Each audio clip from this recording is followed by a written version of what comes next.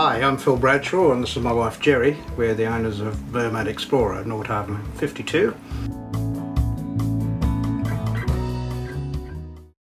It's about 2 years since our last interview, and since that time we've crossed the Pacific and just arrived in New Zealand. Well, we've had the boat now for 2 years. Since we took delivery of her in Dana Point, we've been down to Mexico. We then took her up the west coast to Seattle. Spent some time in British Columbia in the first season. We wintered in Friday Harbour, and very early in the season we left for Canada and Alaska, so we had a fantastic time up there. People have said what's the highlight of the trip. I guess Alaska at this stage has been. From there we went down back to Seattle, had a few little things done, and then ran the boat down to San Francisco and then across the Pacific. So the boat's been fantastic to us so far. We've had very little trouble, haven't we? I think the boat was stronger than us at some stage across the Pacific. Yeah. I think the highlight of the whole trip to the north was right in Alaska. We left very early from Friday Harbour. We got our insurance permission to go early and go further north than they normally allow. So we spent a bit of time in Petersburg, and we went into LeConte, the boat, and a lot of people don't go in there, but we felt very confident that it would be okay, and it was lovely because we managed to get an anchorage right in the bay with all the icebergs flowing around us, so quite impressed. Then we went up to Tracy Arm, which was equally as impressive, and the last one after that was Glacier Bay. We had a very interesting trip coming south from Glacier Bay. We went to a place called Pelican, which is a community of about 60 people. Is it 60? 50. 50. Yeah. And if anybody's up that way, they really need to drop into Rosie's Bar, because it's certainly an institution. She's an 81-year-old lady Yeah. that's had this pub for quite a while. She's quite a character. Yeah. And there happened to be a party on the night that we arrived, and there was guys from Louisiana, so we're having a Cajun night. And Rosie got the tequila out, so we had quite a good night on her tequila. But the hospitality of the people up that way is just something to be believed. Fabulous, And from that night we were then invited to another dinner party, and so it went on. So the boat got around a bit in that area.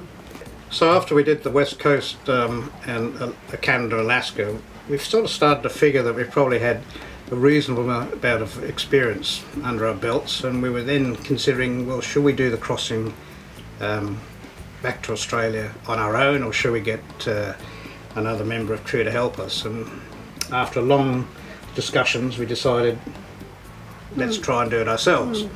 So to start that process, we called the insurer and said, look, we're thinking of taking our Nordhavn 52 across the Pacific, and just the two of us. And we explained all our experience. We sent all of our experience over in a couple of resumes, and they came back and said yeah. And I guess that's probably partially because it was a Nordhavn. They thought, well, you can't get in too much trouble with that.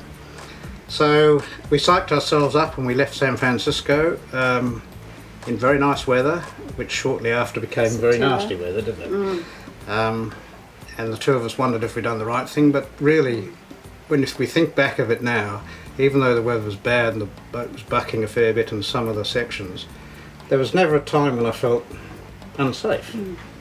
The biggest thing we had to cope with was our own mental sort of attitude. The boat was fine. The boat was going to get there, we knew that. We just had to be in it still. So we kept on going. Took us 14 days to get to Honolulu. We were very glad to see Honolulu coming up, and I was very glad to get that first beer in a bar. About 3 days too long, I think, wasn't it, that trip? Yeah. Really But look, the boat didn't miss a beat, did it? We had a bit of rubber coming across, which we had to dive on to get it removed from under the rudder. But there was nothing that went wrong with the boat itself. So fantastic. And the watches worked well. We did 4 hours during the night each. Phil would do 8 to 12, I'd do 12 to 4. And then we just staggered it during the day according to who needed sleep and who didn't. And that worked really well. So we got to Honolulu. We had about a week there relaxing. We then went off to Maui, the big island. We refuelled. We refuelled in Waikiki. Yeah, Waikiki, that's right. So the next stop was Kiribati, Christmas Island, in the Kiribati group. Fantastic place, nothing there. Took us 2 days to get Customs clearance while at anchor. We had a fair bit to do on the boat, so it didn't really matter. We had to clean up. And we had a great experience there, even though they're very poor and there isn't much going on in the place. They're the most friendly people we'd met, for sure. From there we went to Tonga, and we did the two islands. Oh, Samoa, I beg your pardon, Samoa. yes. Which is a fabulous place if you want to go somewhere nice in the Pacific with great people. The bar's right next to the marina. Which is very handy. And we did a bit of maintenance there, if I remember right. We cleaned the boat up again. Then on to Tonga, we did the two islands and stayed there for about a week, and then straight to New Zealand. And funny enough, the worst weather we had was on the last 24 hours into New Zealand, so that was our little welcoming to New Zealand. So we're very glad to get here, and as I said, the boat just went absolutely fantastically. I guess it's where to now, and at the moment we're really enjoying New Zealand. New Zealand is a really spectacular place to come and cruise, especially up in the North Island here. We haven't seen the South Island yet, and I believe that's even nicer. But we've, because of the laws here in New Zealand, you're allowed to leave a boat here for 24 months without having to pay any of the import duties, which makes a big difference. So we've decided to take advantage of that and stay in New Zealand waters for that time, because there are so many things to see. After that, who knows? We are thinking of taking a boat to Tasmania. We want to go somewhere where we can cruise properly. The west coast, which is where we came from in Perth, really isn't conducive to cruising.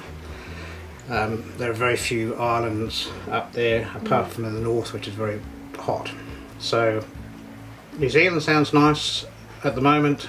Tasmania for the future, and the west coast of the east coast of Australia would be definitely a nice place, and perhaps back in the Pacific again. So that's us on Mermaid Explorer, our Nordhavn 52 in New Zealand. Hopefully we'll see you again in a couple of years. Cheers. Cheers.